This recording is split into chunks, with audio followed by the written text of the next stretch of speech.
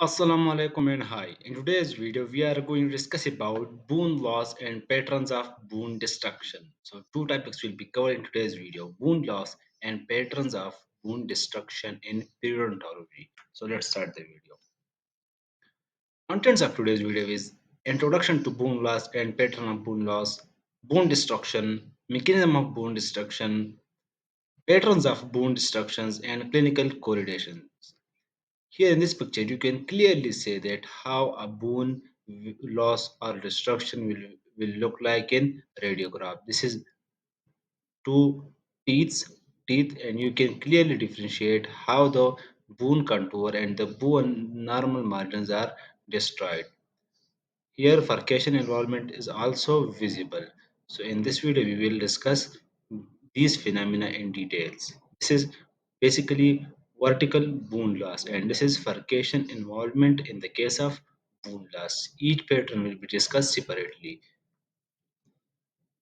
Acha. Introduction. Osseous defects are those defects which are formed as a result of destruction of alveolar bone due to periodontal disease.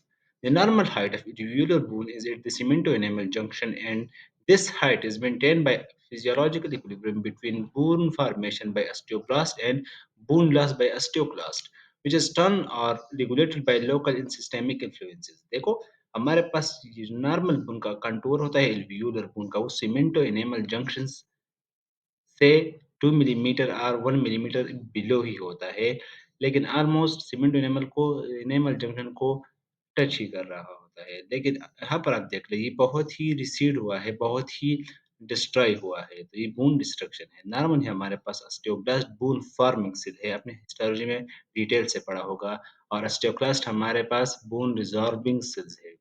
इन दोनों का normal conditions में balance रहता है। Osteoblast बून continuously form कर रहा होता है and osteoclast destroy कर रहा होता है, लेकिन ओवरऑल बून के डायमेंशंस में चेंज नहीं होते क्योंकि जितना ऑस्टियोब्लास्ट से फॉर्म हो रहा होता है उतना ऑस्टियोक्लास्ट डिस्ट्रॉय कर रहा है, तो नॉर्मल शेप मेंटेन होता है। लेकिन इन केस ऑस्टियोब्लास्ट की एक्टिविटी कम हो गई या अल्टर हो गई, ऑस्टियोक्लास्ट की एक्टिविटी ज़्यादा हो गई, तो इस as a result bone destruction होगा।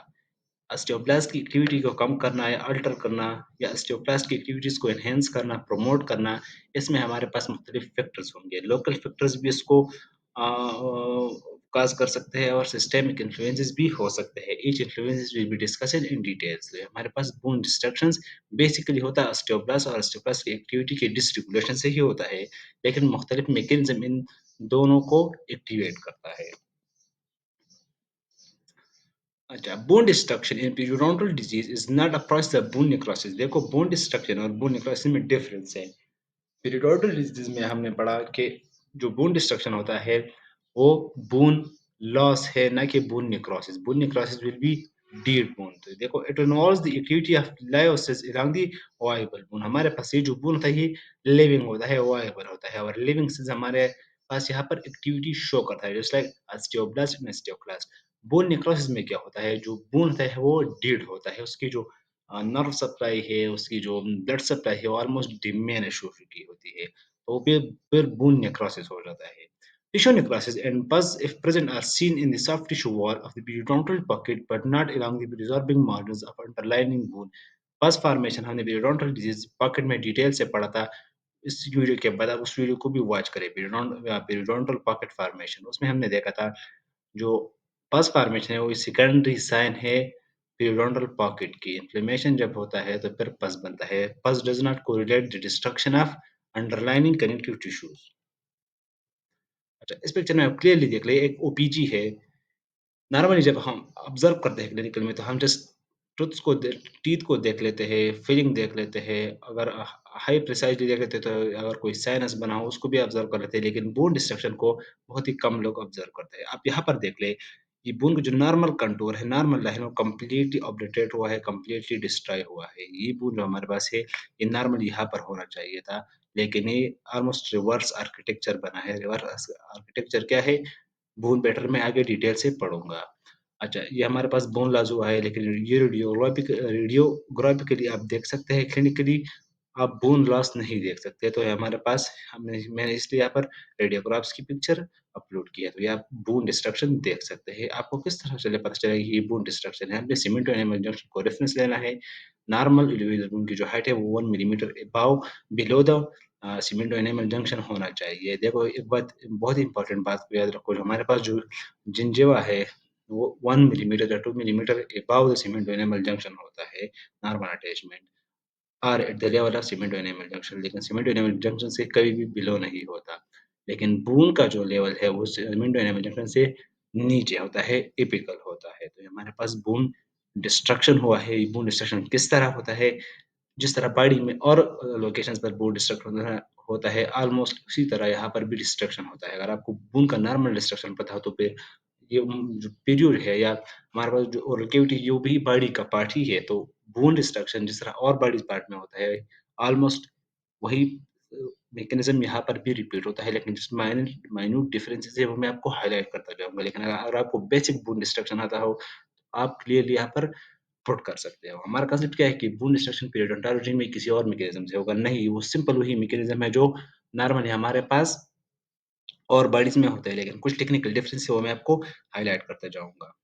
अच्छा, बून डिस ये अगेन आप देख लें, हमारे पास एक रेडियोग्राफ है, नॉर्मल जो है ऑलमोस्ट नॉर्मल ही है, लेकिन क्लोज़ टू नॉर्मल है। हॉरिज़ॉन्टल बून डिस्ट्रक्शन फिर हुआ है, ये फर्केशन इन्वॉल्वमेंट हुआ है, ये वर्टिकल बून डिस्ट्रक्शन है।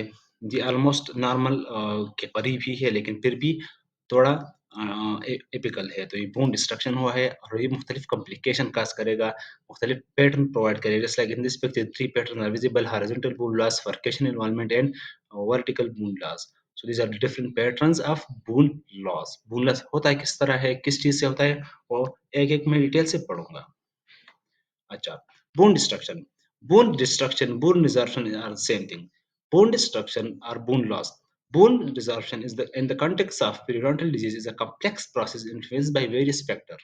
देखो, ये बोन लॉस जो होता है वो बेसिकली सेल्स ही की वजह से होता है, लेकिन इस सेल्स को मुख्तलिफ फैक्टर्स एक्टिवेट करते हैं। ये हमारे पास मैंने एक क्लिनिकल पिक्चर भी अपलोड किया है, लेकिन due to some patient some viewers में सी इट इरिटेटिंग, तो इसलिए मैंने थोड़ा ब्लर किया है। हमारे पास एक्सप्लोर किया है, सर्जिकल एक्सप्लोर हुआ है और बून को आप देख सकते हैं कि बून लॉस हुआ है। अच्छा, different factors just like inflammatory mediators, bacterial products, immune response, host genetics, and local factors. All these factors will cause bone resorption. Inflammatory mediators, remember, bacterial product, immune response, host genetics, and local factor. Periodontology में inflammatory factor mediator is one of the most important factor. Bacterial product भी है, immune response भी है, all are involved multifactorial है bone destruction, लेकिन जो most important है वो inflammatory mediators है। देखो हमारे पास पहले पेरियोडोंटाइटिस होगा, जब पेरियोडोंटाइटिस होगा तो फिर क्या होगा?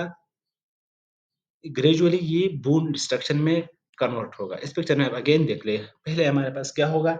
जिंजाइवा में इन्फ्लेमेशन होगा, वो इन्फ्लेमेशन फिर स्प्रेड करेगा डाउन। यहाँ पर हमारे पास नॉर्मली जिंजाइवा ही होता है ना, तो इस पिक्चर में आप देख लें, नॉर्मली यहाँ पर हमारे पास जिंजीवा होता है, लेकिन जब जिंजाइवा से ये इन्फ्लेमेशन रिसीड के एपिकल माइग्रेट करता है, तो ये 2 पाथ से करता है। एक इंटरप्रॉक्सिमली करता है, प्रॉक्सिमल सरफेस की तरह करेगा, और एक हमारे पास लिंगुअली एंड फेशियली एंड लिंगुअली करेगा।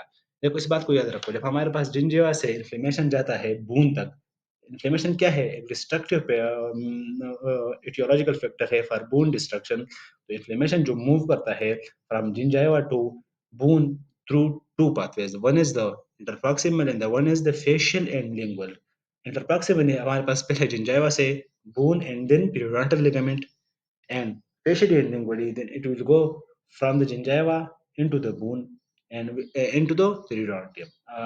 Periodontal ligament into the bone. तो जो facially और lingually जाता है वो पहले हमारे पास जिंजाइवा में होगा, फिर पीडीएल में होगा, फिर बून में होगा। और इंटरपॉक्सी में जो रहता है इन्फ्लेमेशन पाथवे, जो इन्फ्लेमेशन की है वो जिंजाइवा से bone and then PDL. So these are the two pathways by which inflammatory mediators this inflammatory mediators from gingiva go to the bone and destroy the bone. अच्छा, पहले हमारे पास था inflammatory mediators. ये general overview है inflammatory mediators की। Inflammatory mediators destroy करेंगे। मैंने पहले पढ़ा कि इन्फ्लेमेटरी मीडिएटर्स किस तरह पहुँचेंगे बून को, तो इंटरप्रॉक्सिमली भी था और फेशियली एंड लिंगुअली भी था। अब ये इन्फ्लेमेटरी प्रोसेस किस तरह बून डिस्ट्रक्शन करेगा, तो देख लेते हैं। Cytokines like interleukin 1, interleukin 6 and tissue tumor necrosis factor alpha. These are the three most important cytokines which will cause wound destructions. These pro-inflammatory cytokines are produced by immune cells and gingival fibroblasts in response to bacterial infection.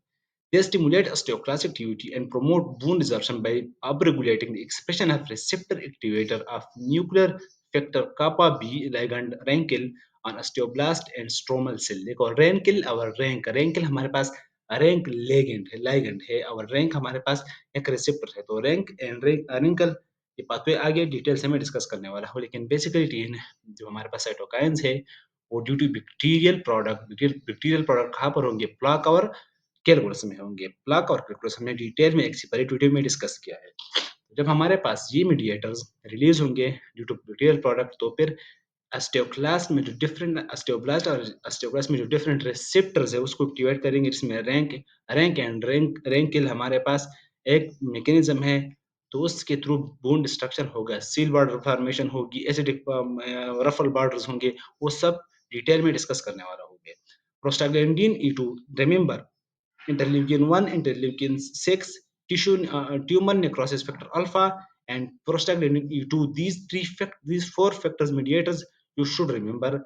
Prostaglandins synthesized by various cell types within the periodontium contribute to inflammation-induced wound resorptions by enhancing osteoclast formation and integrity. Again वही बात आ रही है कि wound destruction at the end osteoclast और osteoclast ही करेंगे लेकिन हमारे पास different factor इसको इन्फ्लुएंस करेंगे देखो बस जनरली हमारे पास बोन फार्मिंग सेल है लेकिन उसकी एक्टिविटी अल्टर हो सकती है they also inhibit osteoblast function and collagen synthesis osteoblast की फंक्शन डिक्रीज हुई तो जो पहले स्लाइड में हमने पढ़ा कि बोन का जो नॉर्मल आर्किटेक्चर है वो due to formation and destruction due to formative action of osteoblast and destructive role of osteoclast, the normal जो bone है उसका architecture remain same रहता है लेकिन due to decrease osteoblast and increase osteoclast it will destroy the bone. अच्छा bacterial product lipopolysaccharide mean endotoxins bacterial LPS present in cell wall of gram-negative periodontal pathogens stimulate the periodic production of pro-inflammatory cytokines and matrix metalloproteinases MMPs by host cell. LPS also directly activate osteoclast promoting bone resorption. Again वही बातें repeat हो रही है लेकिन MMPs भी एक inflammatory product है जो हमारे पास bone destruction करता है. Toxins and enzymes. Bacterial toxins are enzymes such as collagenases and proteases degrade periodontal tissue, including bone matrix component like collagen and proteoglycans. This degradation contribute to alveolar bone loss. वही inflammatory process हो रहा है again and again different factors activate कर रहे हैं लेकिन at the end वही osteoblast activate हो रहे हैं प्रोस्टाग्लैंडिन E2 भी एक्टिवेट कर सकता है एमएमपीज भी कर सकते हैं इंटरल्यूकिन 1 इंटरल्यूकिन 6 टीएनएफ अल्फा भी कर सकता है बैक्टीरियल प्रोडक्ट भी हो सकते हैं इन्फ्लेमेटरी प्रोडक्ट्स भी हो सकते हैं अच्छा local factors mechanical stress occlusal trauma and abnormal tooth leading can sorry occlusal trauma and abnormal tooth leading can exacerbate bone resorption by inducing macro damage to the periodontal ligament in alveolar bone.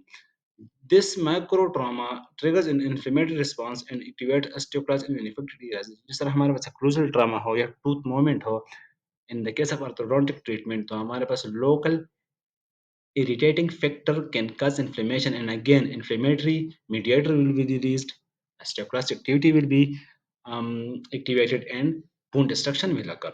Anatomical factors such as root morphology, furcation involvement, and root proximity can influence the distribution and severity of bone resorption in periodontal diseases. देखो immune response one of the most important osteoclast activation the immune response to periodontal pathogen lead to the activation of osteoclast specialized cells responsible for bone resorption osteoclasts attach to bone surface and secrete acids and proteolytic enzymes creating resorption lacunae and breaking down matrix very important osteoclast can cause can secrete proteolytic enzyme and secrete acid which will create sealed environment and will destroy the bone. Rankle and OPG ratio देखो इसको आप हम detail से पढ़ लेंगे. The balance between rankle a cytokine that promote osteoclast differentiation. Remember rankle क्या है? A cytokine that promote osteoclast differentiation in activity and protegerins OPG decoy receptor that inhibit RANKLs. देखो इस बात को समझो, रैंकल हमारे पास एक साइटोकाइन है जो कि बून डिस्ट्रक्शन करेगा। सिंपली वर्ड्स, बून डिस्ट्रक्शन किस तरह करेगा? ऑस्टियोक्लास्ट डिफरेंशिएशन करेगा। रैंकिल की एक्टिविटी को इनहिबिट कौन करता है? ओपीजी करता है। एक डिकॉय रिसेप्टर है जो कि इस अडैप्ट कर लेता है और वुंड डिस्ट्रक्शन को होने नहीं देता। फिर regulate decoy receptor that inhibit RANKLs regulate osteoclastogenesis and bone resorption.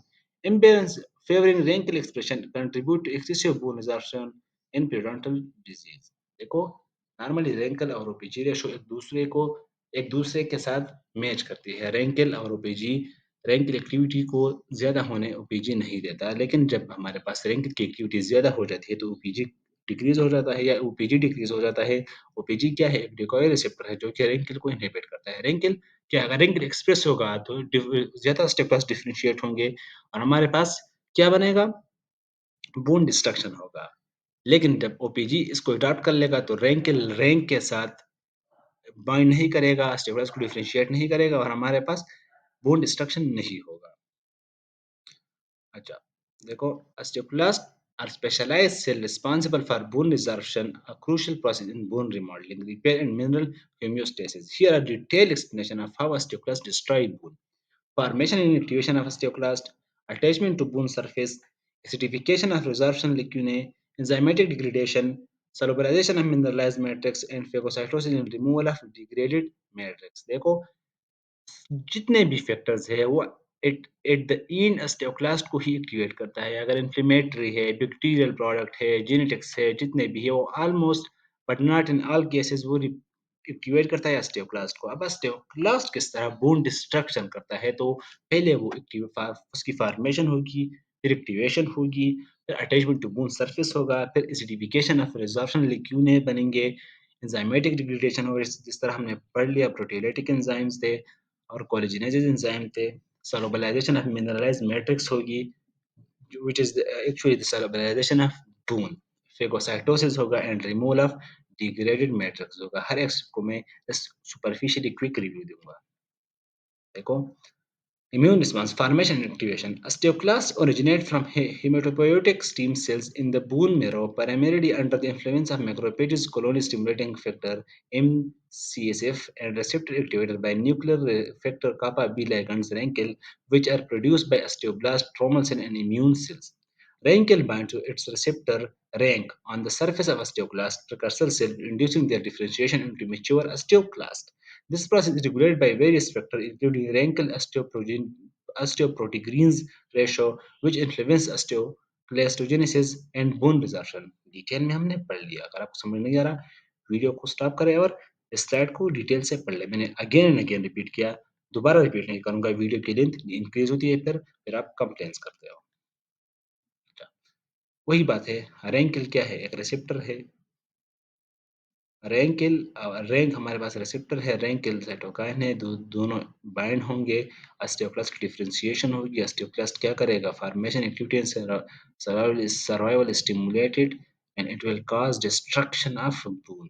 रैंकिल को इनहिबिट कौन करता है? रैंकिल को हमारे पास यहाँ पर एक डिकॉय रिसेप्टर होगा जो कि ओपीजी है, वो यहाँ रैंकिल उसके साथ बाइंड हो जाएगा, ऑस्टियोक्लास्ट एक्टिविटी स्टॉप होगी।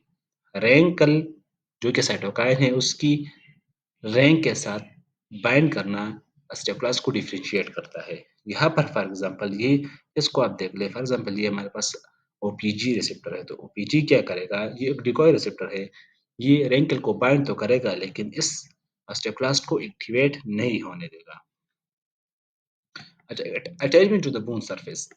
Mature osteoclasts are multinucleated cells with a characteristic morphology including a ruffled border and sealing zone.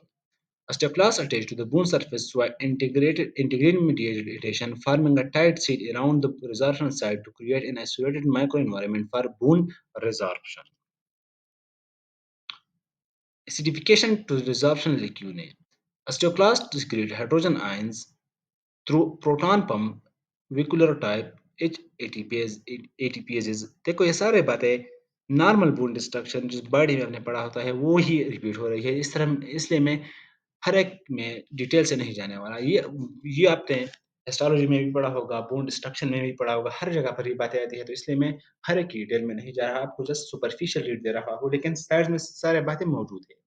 Locating their ruffle borders into the resorption liquid, creating an acidic environment pH less than 7. So pH decreasing pH, reducing factors, releasing enzyme, reducing different mediators will cause bone destruction by osteoclast. The acidic pH activates lysosomal enzyme within the resorption lacunae, facilitating the degradation of organic bone matrix component, including collagen, proteoglycans, and non-collagenous protein. All these are the components of normal bone. अच्छा, again वही बातें आ रही है, different mediators है, seed environment create हुआ है जिसमें हमारे पास हाइड्रोजन भी है, हमारे पास क्लोरीन है, एक रफल बॉर्डर्स बने हैं जिसमें ये रफलिंग आप देख सकते हैं, ये स्टियोक्लास्ट का स्ट्रक्चर है, यहाँ पर bone destruction along the borders होगा। enzymatic degradation, osteoclast releases lysosomal enzymes such as cathepsin K, matrix metalloproteinases, MPs, अच्छा, एंजाइमेटिक डिग्रेडेशन होगा हमारे पास जिसमें एमपीज़ है, केटेप्सिन है, फास्फोफास्फेटेज़ है एंड डिफरेंट एमएमपीज़ के अलावा एमएमपीज़ में भी फिर डिफरेंट क्लासेस है, एमएमपीज़ 9 है, एमएमपीज़ 8 है, एमएमपीज़ 11 है, तो ये फिर डिस्ट्रक्शन करेंगे। Cathepsin K is particularly important for cleaving type 1 collagen, the major protein component of bone matrix, into smaller peptides, allowing for the breakdown and removal of collagen fibrils. MMPs degrade other matrix components, including proteoglycans and non-collagenous protein, further facilitating bone resorption. Again, वो बात repeat हो रही है, osteoclast होगा, enzyme release करेगा, pH decrease करेगा, mediators release करेगा, एमएमपीज होंगे उसमें, इंटरल्यूकिन 1 होगा, उसमें हमारे पास इंटरल्यूकिन 6 है, प्रोस्टाग्लैंडिन E2 है, वो सारे factor at the end bone destruction ही कर रहा है। अच्छा, solubilization of mineralized matrix, osteoclasts secrete acidic proteases such as TRAP and cathepsin K, which dissolve the mineralized hydroxy crystals in the bone matrix.